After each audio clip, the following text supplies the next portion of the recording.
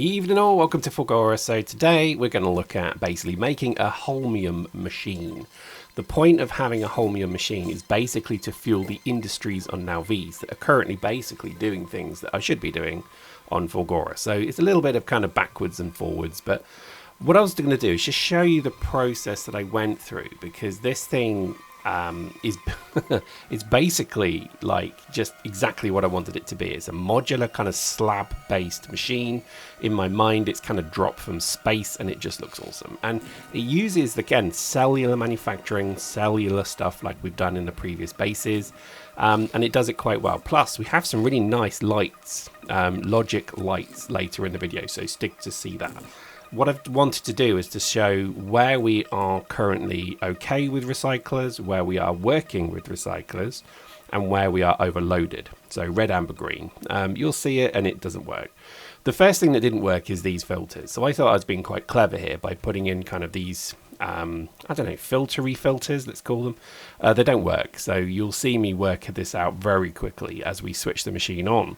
But the purpose of this is, it's kind of coming back to my build strategy for this planet is what do we do with it?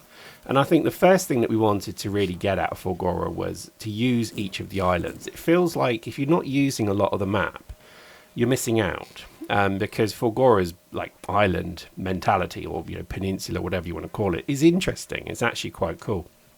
And yes, you could have railways interconnecting them, and we probably will, but I still think I like the idea of having each island doing a particular industry. So this one is, Wonky Donkey Island, and this is actually what will produce holmium for the spaceships. So that's really the design plan for all of this. It's designed to be something that gives us effectively all the holmium we need to drive external industry. We'll probably do this with every island. So here we have holmium. In the future, we'll probably put something like, I don't know, holmium essence, the liquid one maybe. We'll see. But the idea is to kind of use the scrap, destroy what we don't need, and basically process it like that. That's the only thing I can think of. Tell me what you do with your Fulgora, because currently the only thing I can kind of see with this thing is a lot of people just foundationing the whole thing, and I don't want to do that, because that feels like you lose this kind of large concept of see, yes, it looks horrible, don't worry, we improve it. I think the majority of what I wanted to kind of get out of Fulgora is that kind of interesting different base, so that's the plan.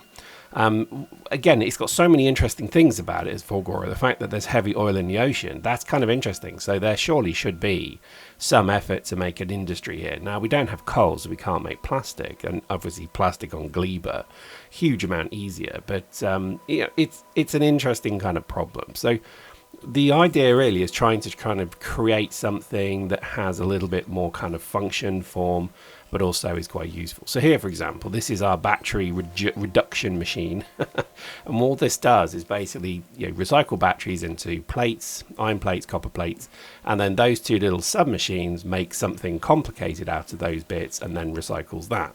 So in a way, it's an incredibly easy way to get rid of an awful lot of resources. We do that with steel chests as well, and you'll see that in just a moment. But the design of this I quite liked. I like the idea that you kind of load the resources off the main bus onto a side cell, let's call it, and then from there it uses what it needs, and then when it's got enough, so for example fuel blocks, the machine just below that, once that's full, it then just starts recycling. So in essence, it's going to constantly just run with this buffer.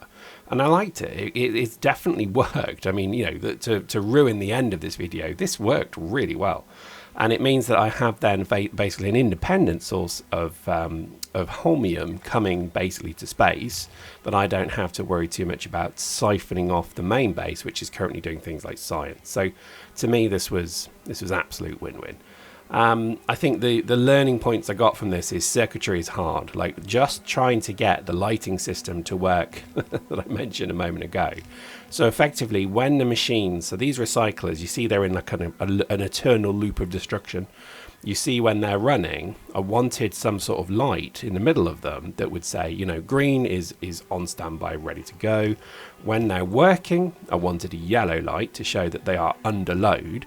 And then I wanted to work out the logic for a red light that if they have more than 50 units of anything in it, show a red light because it means they're being overwhelmed. And I achieved half of that, but not all of it. And you'll see as we go towards the end of the video. So I do propose a challenge to the cleverer people that watch this to tell me how on earth we can have that third condition apply. I did find a way to do it from a logic point of view, but you know, we'll review that. But I couldn't get it to basically show anything but green or out or yellow, just to show either fine or working. So even when you put an and or statement in, it didn't work. So we'll look at it, but it was really complicated. And I think really what I wanted to get out of this particular build was just the knowledge that there is going to be some form of constant destruction of everything. So scrap comes in, the machine handles everything, it produces rockets. That's nice and easy, and again, incredibly easy on Fulgora to have rockets. So this is what the only place really where it's actually that easy. So it does make sense that you have resource pockets in each island. So it does start to make me think, what else could we do with scrap? We could have effectively, low density structures potentially being sent to space. I don't know, maybe not, but certainly blue chips. It could be that we ship blue chips to each planet, so we don't necessarily need to make them because we're just extracting them from scrap, and you can then break them down into green and red. So definitely something to think about. I do think the sort of mass chip production, or even just creation, could be something to do. This space runs entirely without bots, which again is a real joy for me because again I'm someone who's run bots for an awful lot of my Factorio playthroughs, so to not have to do that here is a bit of a godsend, I must admit. So we've done a few trial runs at this stage, we've put some things through the machine, and we see that these filters don't work. So we start to remove them. I think it's just as simple as you see there. So what we've done with ice, that's all we need to do. It didn't need to be any more complicated than that. And I don't know why I thought it maybe needed to be. I think in my mind, I did think that there would be such a torrent of of scrap flying down the conveyor that I would have to have had this sort of additional, let's say, throughput. But I didn't, because effectively once you've filtered, let's say, fuel blocks in this case off the belt, that's it, the belt's freed. So the initial thing I'm doing at the very start as well is taking the bolts. So we're taking the cogs. They're being taken off the belt immediately, and I'm just literally bunging them into recyclers with modules so that they're got rid of. And that seems to be quite a large part of actually the scrap, is that. So, and the other bit is concrete, and concrete did back up. We had to have a bit of a look at concrete a bit later on. But we did manage to get it working, and it worked perfectly fine. So, it's good. And, same here with pretty much the whole thing. So red, red circuits, blue circuits. We just needed some way to quickly take them off the belt. And our recyclers basically worked so fast. I mean, I don't know, is there research involved in that? I think there's efficiency, but not speed. But anyway, so I don't know why, but everything seemed to be recycled really quickly. Even things like blue chips, which you think would overwhelm this system, it really didn't. And again, greatly surprised at that. I did have to couple two recycling cells together though, and you'll see that as we progress through the video. But it worked. It was something that I think I like the design. I like the eternal loop of destruction because it sounds cool, and B, it is cool. I think kind of the best thing about it is that it constantly cycles through. What I did have to do, and this is again a little bit of a kind of retrofit of the entire blueprint.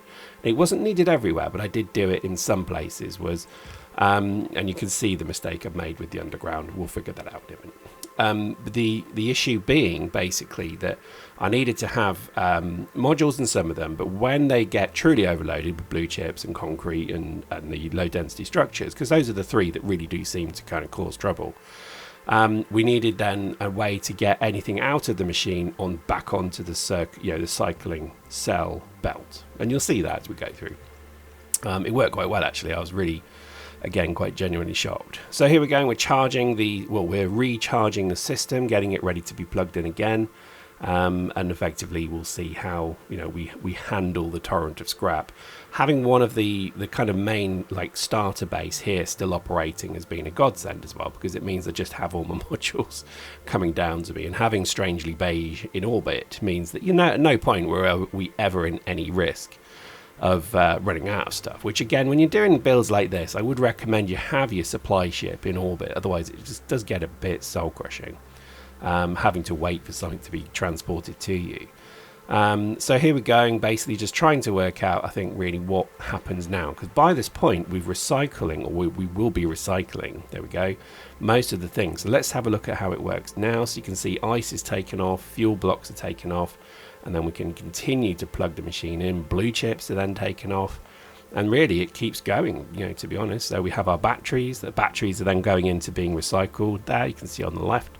And then we have red chips basically going through. And it's, I realised my mistake in just a moment, but this starts to show that the machine is working, because what it's effectively telling me is the only thing really we haven't dealt with yet is copper wire. That's nice and easy because that's an incredibly quick recycle. And so we're pretty much at this point done. We now have our recycling pretty much good to go. I'm noticing now my issue with red and concrete chips, so red chips, concrete, so I'm starting to realize that there's a mistake there. But there we go. So let's just watch it. So as you see, concrete is probably the thing that I'm most worried about now, because even we've got 1.5 recycling loops, so that's 6 machines. So 6 times 4, if you get my point. But that's kind of how it's running. It should be able to handle that. But the problem is because of concrete breaking down into 3 things, I think it is. It starts to clog the machine. So we'll come back to that. And again, same with blue chips, same with low density structures. Again, I've learned a lot doing this, because I think this teaches me that, you know, bolts, ice, fuel blocks, easy. Very easy. You don't even need that many recycling machines to get rid of that stuff. But what you do then start to have trouble with is where it's broken down, and in the eternal loop of destruction it clogs up because there's no space to pass the product onwards. So hope that makes sense.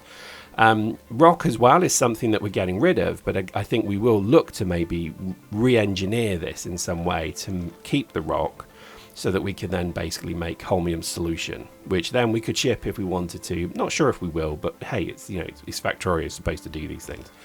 But we'll look at that, because I think it starts to kind of expand what else we could build with this. So this machine, this entire machine, which again, blueprint in description, hopefully, if I forgot, tell me. If not, join the Discord, because I shared it a while ago in there, because this video is from a few, well, let's say a little bit ago. And you can basically go and have a look at it. But all we're doing really at the moment is trying to figure out, you know, to make holmium, but then what could we do with this machine that goes beyond this?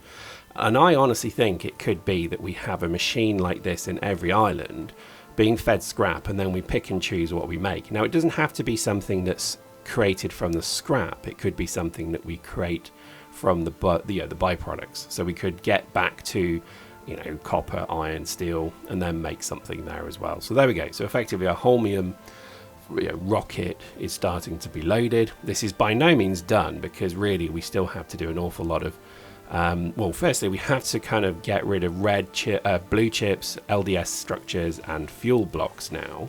Luckily fuel blocks kind of self-regulate, because when they've saturated the belt, the fuel blocks then are just destroyed. So we don't need to worry about that, but we do need to create a cell here and a cell here to create, or rather to destroy, blue chips. So that's kind of the trade-off a little bit here, is we have to make sure that something is there to basically get rid of blue chips as well. It worked quite well. I mean, again, I'm sort of saying this from a point of surprise, because again, I do maybe doubt my abilities slightly with this game, but I think lately I've quite enjoyed trying to make something that uses some form of cell manufacturing and making something that's a little bit kind of interesting. So here's the final stages. So as we start to kind of get to the functional end of the build, and then we turn to beautification, what we effectively have here is blue chips suddenly become the thing that clogs the machine. So we need to have basically a bypass that says take as many blue chips as you need, and we don't leave it like this, because this is not the way to do it. We'll put chests in there that effectively mean it has a huge buffer of both, so that then it's never sort of just waiting for a supply. But we now need to start, and here we go. So this is where we start to encounter slight problems, because the reality is blue chips and LDSs are a bit of a pain. And as we can see, just from the straight go, blue chips is pretty much overwhelmed. Even with modules, it's still going to struggle here. So there's a bit of a plan that we have for that, and this is why I built them side by side, because I want it to be that I was trying to see which one is more likely to be overwhelmed than the other.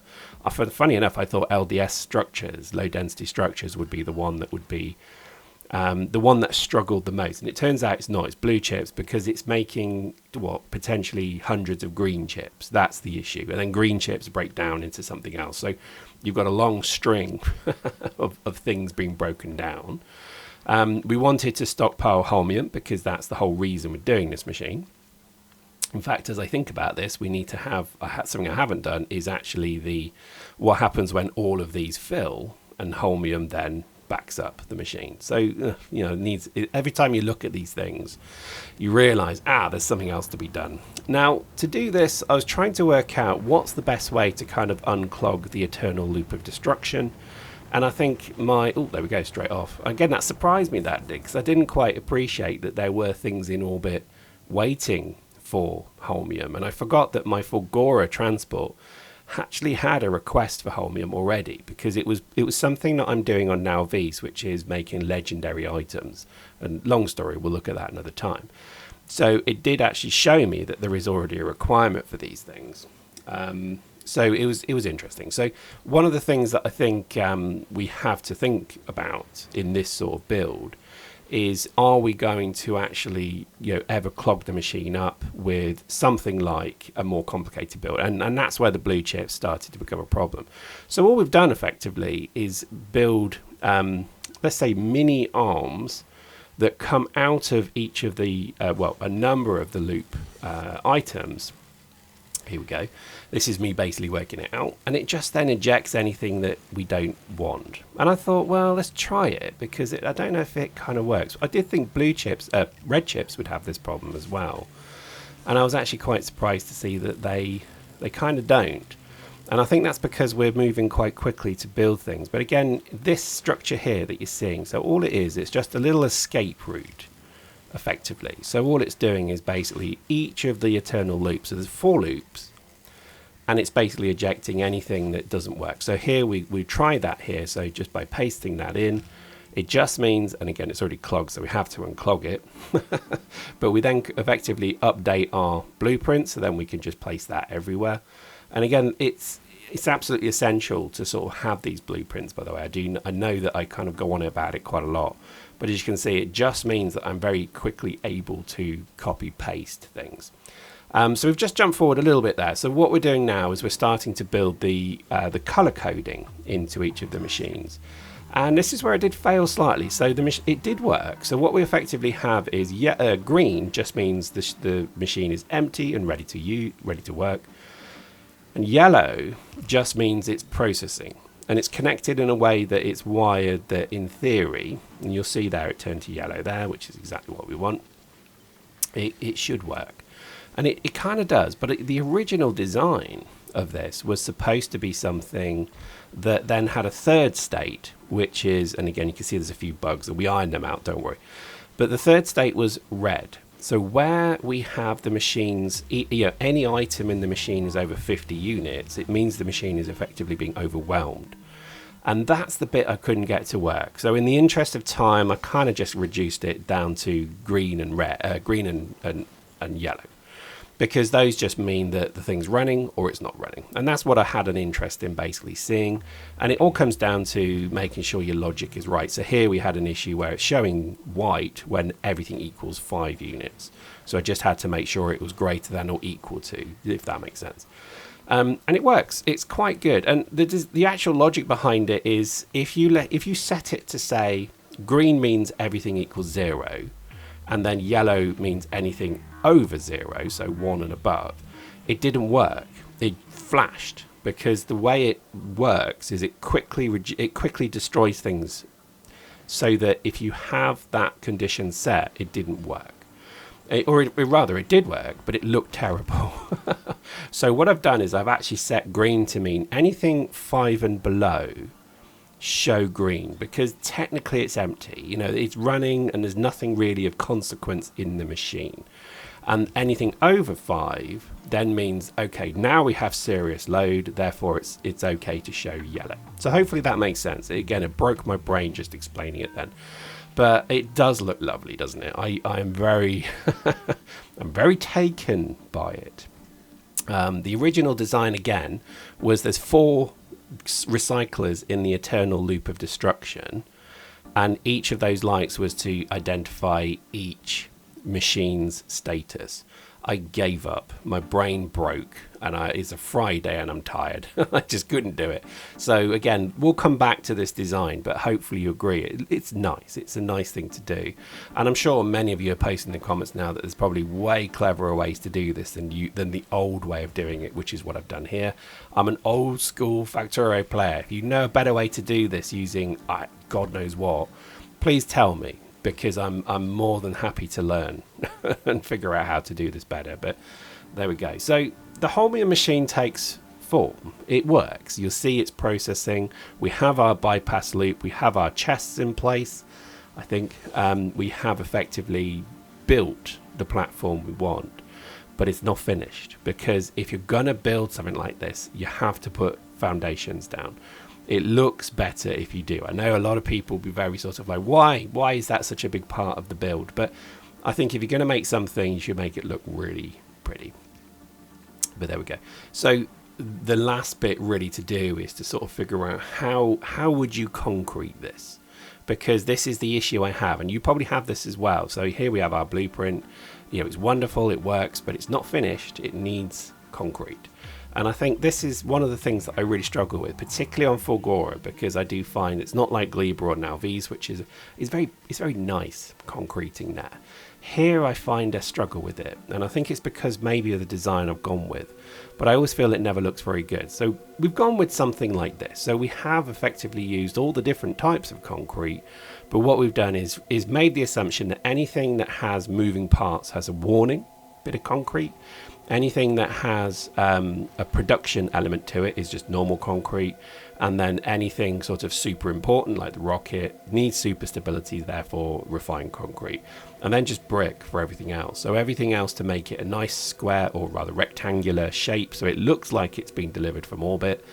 Then that was the plan. I quite like it. I think that works quite well. I do think the lighting system is not great, but I don't have a lot of choice in that, because the fact that the yellows and greens are just so overwhelming here on a planet that's red, you're not really seeing it. So I think we're not going to worry too much about that one. I think the sort of cabling as well needs a bit of tidying, but you could go to real length degrees on this. But there we go. That's the Holmium program. That's the Holmium machine. It works really well. I probably should tell you now how much Holmium it actually creates in... I don't know. It's the answer. I will literally put that in the description, I promise. I came completely unprepared to this, like I always do. But effectively it works, and I'm quite pleased with it, actually. I think it looks good. I like the fact that you get that status overview. So it's a bit much like the dashboard on my Strangely Beige. You remember that thing with the guns and the ammo? It's really good because it just means at a glance, so if you literally just quickly look from orbit or from above, you can quickly see, oh, okay, we've got a problem. I do want to try and figure out that red status indicator there. So for that, we'll talk about that probably another time, because I do think that's probably the final bit that we need. You know, red, amber, green. Red means it's jammed, it's stopped working, and I need to think about. So post in the comments, tell me how you do that. I challenge you to tell me how on earth that is possible, because I kind of in my head can see it, but I just can't work it out in the back of my mind. But there we go. Hope you enjoyed that. If you want the blueprint, please do. It should be in the description. If not, join the Discord and we can talk more about it. I hope you enjoyed that. See you next time.